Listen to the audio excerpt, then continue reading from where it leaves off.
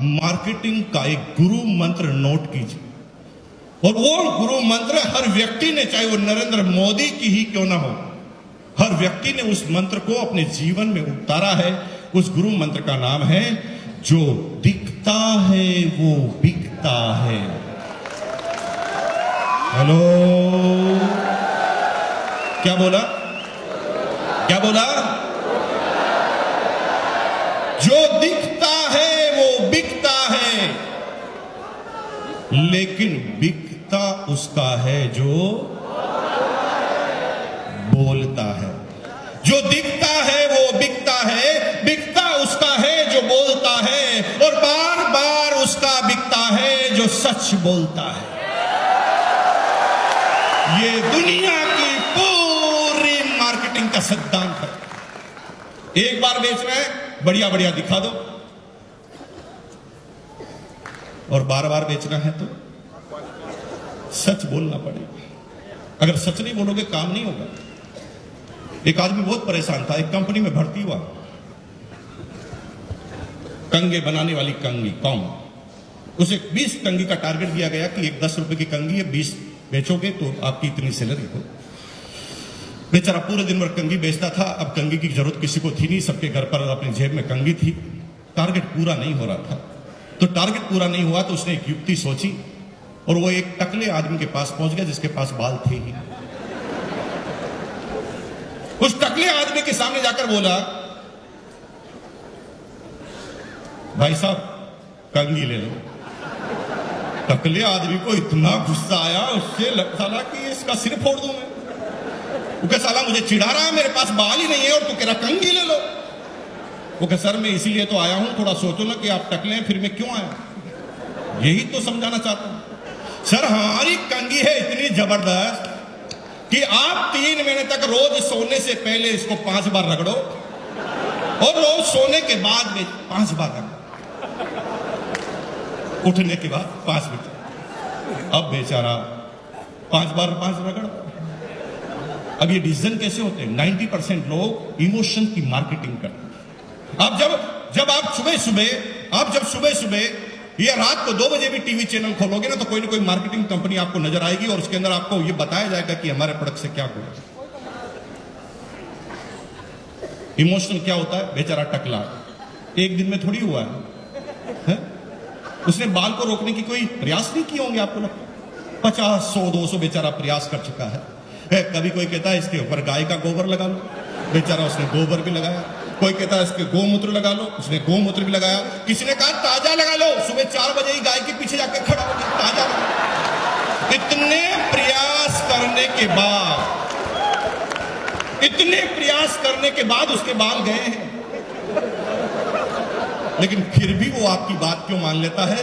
वो कहता साला इतने तो नुकसान कर लिए, इतने डॉक्टर के पास गए, तो ये तो ऐसी युक्ति बता रहा है जिसमें ज्यादा पैसा नहीं लगने वाला, केवल 20 रुपए की कंगी। वो मन ही मन सोचता है, नहीं आए तो अभी कौन से हैं, और आ गए तो। अब वो इमोशन से कहता चल कंगी दे।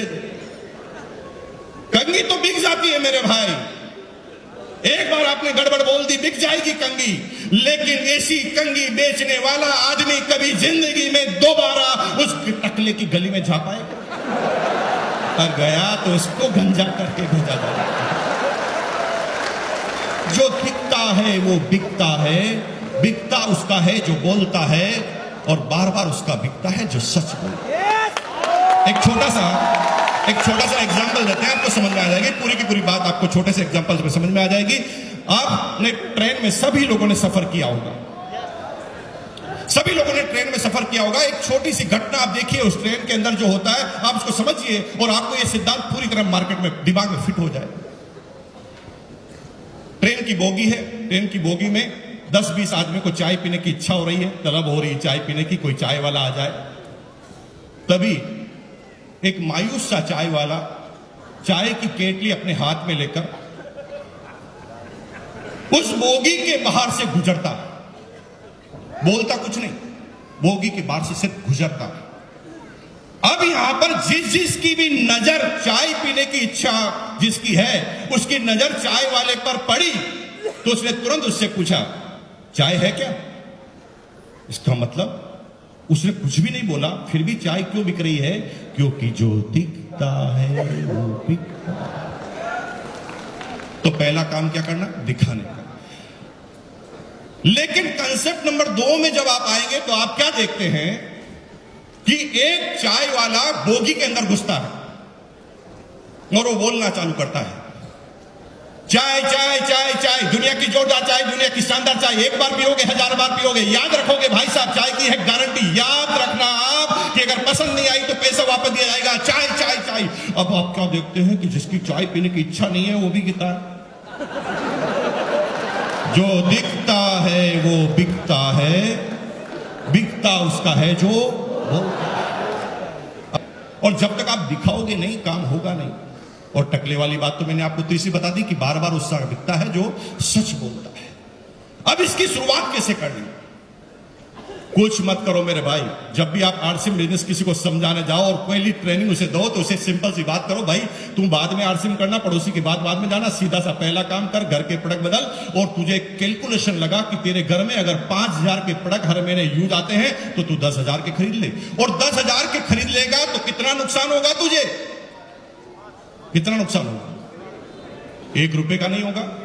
इस महीने जो यूज नहीं आ रहे वो अगले महीने यूज आ जाएंगे। हेलो, नुकसान तो कुछ हुआ नहीं। तू क्या कर, 10,000 का प्रोडक्ट एक साथ ले ले और एक अपने घर में जिस ड्राइंग रूम में आप घुसते हो उस दीवार को, सामने वाली दीवार पर जो भी सबसे पहली नजर पड़ती है उस दीवार पर तुम इन सारे प्रोडक्ट को सजा दो। सिर्फ सजाने से ये पूरे 3 सिद्धांत काम होंगे। जो दिखता है वो बिकता है, बिकता उसका है जो बोलता है, और बार बार उसका बिकता है जो सच बोलता है। अब क्या होगा? 4 फायदे में बैक टू बैक बता रहा हूं आपको। फायदा नंबर 1 यह हुआ, आप अपनी डाउनलाइन, आप सभी लोग लीडर हैं। Are you leader? Are you leader? आप सब लोग लीडर हैं तो आपकी टीम है, और आपकी टीम में एक प्रॉब्लम आती है जो मैं आपको बता दूं, जो मेरे घर में आती थी पिछले 2 साल पहले, वो मैं आपको बता दूं। रात को अचानक बीवी बोलती है, 11 बजे मान लेते हैं, रात को 11 बजे अचानक बीवी बोलती है सब्जी नहीं बन सकती, हल्दी खत्म। क्या करोगे? 11 बजे कहां से लाओगे? पड़ोसी नहीं है तो कहां से लाओगे? हेलो, प्रॉब्लम ही प्रॉब्लम है। और आपको आश्चर्य होगा होता क्या? जब भी ऐसी अचानक कोई विविधा आती है हमारे घर में तो हम तुरंत पास में जो दुकान है उसके पास ढूंढ के जाते हैं, चाहे उससे जिंदगी में कभी भी मान नहीं लिया, लेकिन अब आपकी मजबूरी है, उसी के पास जाते हैं और उसे कहते हैं भाई साहब ये 100 रुपए लो, सबसे छोटा वाला पैकेट दे दो, क्योंकि कल तो मैं आरसीएम के पिकअप सेंटर पर जाकर नया लाऊं।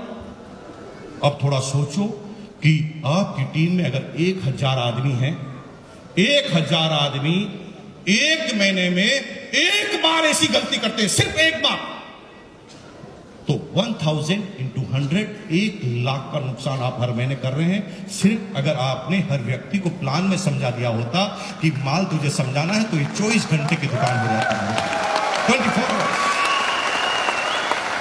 फायदा नंबर 2 ये है कि जब आप डिस्ट्रीब्यूटर बनते हैं तो आप अकेले बोलने वाले होते हैं, लेकिन जो ही ये प्रोडक्ट आप घर में लगाते हैं तो प्रोडक्ट के घर के सारे लोग डिस्ट्रीब्यूटरशिप का काम करने लग जाते हैं। जैसे एग्जांपल लेते हैं, आपने आरसीएम ज्वाइन किया, प्रोडक्ट सजा दिया। अब प्रोडक्ट सजा दिया और घर पर पड़ोसन आपकी बीवी से मिलने आई।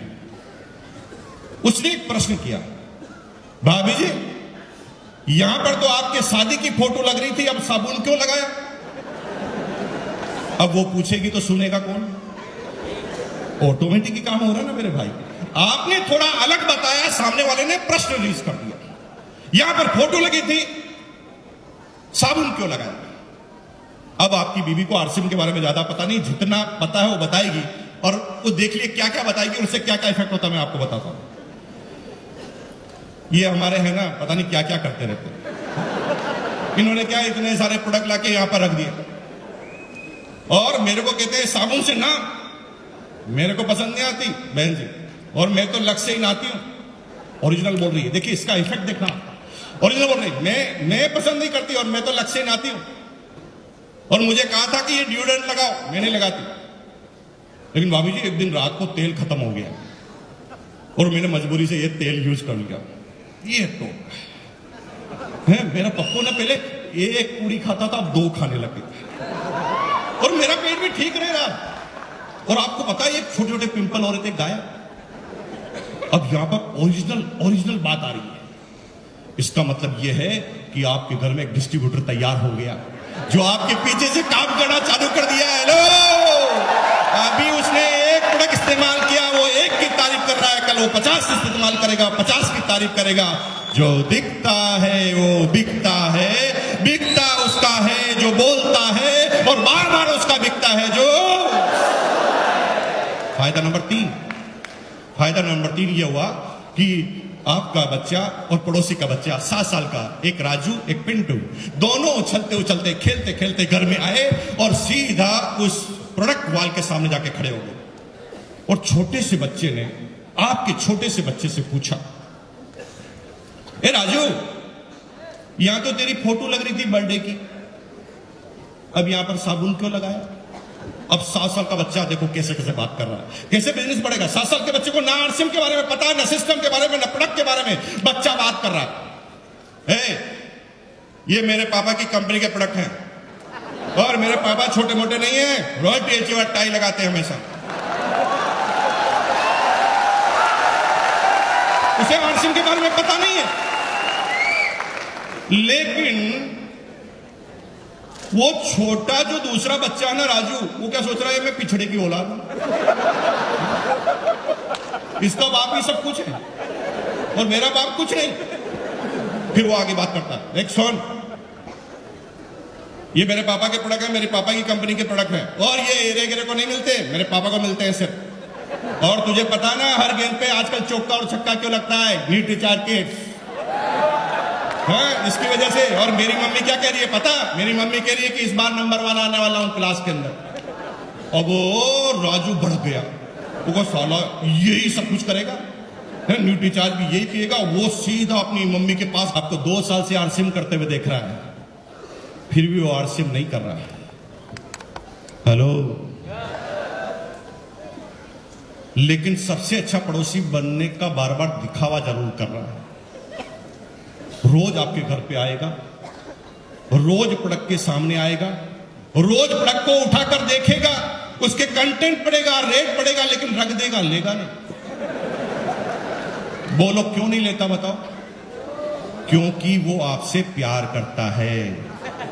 वो बोलता है आई लव यू बाबा, क्योंकि मैं तेरे से प्रोडक्ट लूंगा तो तू करोड़पति बन जाएगा, और तू करोड़पति बन जाएगा तो मेरा पड़ोसी कैसे रहेगा? मैं अपने पड़ोसी को खोना नहीं चाहता। आई लव यू बाबा।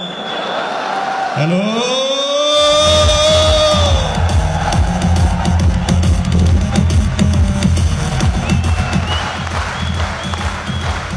वो आपसे प्रोडक्ट नहीं लेता क्योंकि वो मन ही मन सोच रहा है कि मैं इसको पहले चेक कर लेता हूं, ये कुछ कर पाता है कि नहीं कर पाता। कोई बात नहीं, करने दीजिए चेक। आपका सिर्फ एक काम है, प्रोडक्ट रख दिया ना, अब उसको सिर्फ ये पता है कि प्रोडक्ट रहते हैं, वो करता नहीं, लेता नहीं, लेकिन एक दिन ऐसा समय आएगा कि कायनात में ऑटोमेटिक फंस जाएगा। कैसे? शर्मा जी उनका नाम है। रात को 11 बजे 5 मेहमान आ गए शर्मा जी के घर, जो आरसीएम नहीं कर रहे। मेहमान ने कहा भाभी जी चाय तो पी के जाएगी। भाभी जी किचन में गई, चाय का ढक्कन खोला, चाय खत्म। अड़ोस पड़ोस में कोई है नहीं, पिकअप सेंटर बंद हो गए, सॉरी दुकानें सारी बंद हो गई है। उसने शर्मा जी को धीरे से अंदर बुलाया, शर्मा जी सुनो। शर्मा जी किचन में गए, चाय की पत्ती खत्म हो गई, क्या करेंगे? भागो, पीछे के गेट से भागो, कैसे मिलेगा? अब शर्मा जी बाहर आकर सोच रहे हैं कहां जाऊं, 11 बजे कहां से चाय की पत्ती लाऊं? तभी याद आता वर्मा जी, जो दिखता है वो बिकता है।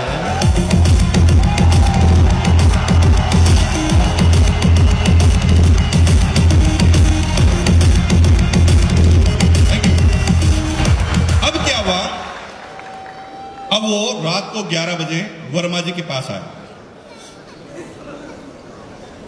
वर्मा जी, मैंने सोचा कि आज आपका प्रोडक्ट इस्तेमाल कर लिया जाए। रात को 11 बजे।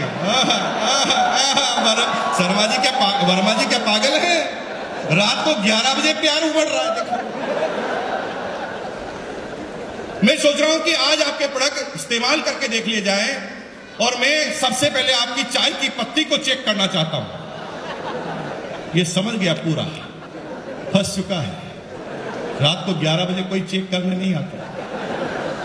अब उसने चाय की पत्ती उठाई। शर्मा जी ने बोला, हाँ प्लीज आप ले सकते हैं, ये आपके लिए ही है। उसने फटाफट चाय की पत्ती उठाई और पीछे की तरफ रेट देखी और पूछा कि कितना दूं। सोचा कि पड़ोसी है, कुछ तो डिस्काउंट देगा। तभी तुरंत शर्मा जी बोल गए, नहीं नहीं नहीं, ज्यादा देने की जरूरत नहीं, जो लिखा हुआ उतना, ज्यादा नहीं, हाँ? जो लिखा हुआ उतना। मजबूरी में चाय की पत्ती ले ली गई। यहां पर हो गई आपकी सेल। अब चक्कर क्या पड़ा देखिए, पांचों मेहमानों ने चाय पी और योग ऐसा बैठा कि पांचों मेहमानों ने चाय पीकर आधा घंटे में से 15 मिनट केवल चाय की तारीफ की। क्या बोला, भाभी जी क्या चाय। एक तो मेरी मां चाय बनाती थी, भगवान कसम मां की चाय की याद आ गई। अब मेहमान को थोड़ी पता है आरसीएम की, भाभी जी को भी पता नहीं है आरसीएम की। अब वो चाय की तारीफ कर रहा है। और भाभी जी क्या गजब की चाय बनाते हो, आपके हाथ में जादू है। भाभी जी परेशान, जादू कैसे हो गया? हाथ हो क्यों, ये चाय वैसी कैसे बनाते हो, उसने क्या गजब हो गया? तभी अचानक क्लिक हुआ, और यार वो आज चाय की पत्ती का पैकेट का कलर चेंज था। वो तुरंत किचन में दौड़ी और किचन में देखा, ये तो लाल कलर का पैकेट है, जो हमेशा आता वैसा नहीं है। उसे पता चल गया कि मेरे भाई ये जादू हाथ का नहीं है, चाय की पत्ती का है। अब रात को 11:30 बजे एक फरमान जारी हो रहा है घर में। देखिए कैसे फरमान जारी हो रहा है। भाभी जी को पता नहीं है आरसीएम क्या है, वो सिर्फ ऐसे, क्योंकि उसे पता लग गया कि चाय की वजह से हुआ। उसने रात को 11 बजे वर्मा जी को बोला, वर्मा जी सुनो, जिंदगी में पहली बार ढंग का काम किया, और सुनो, आज के बाद मेरे घर में कोई दूसरी चाय की पत्ती आनी नहीं चाहिए, फेंक दूंगी नहीं तो बाहर। फंस गया। अब मजबूरी है, आरसीएम नहीं करे तो भी मजबूरी है मेरे भाई। तो मेरे साथ एक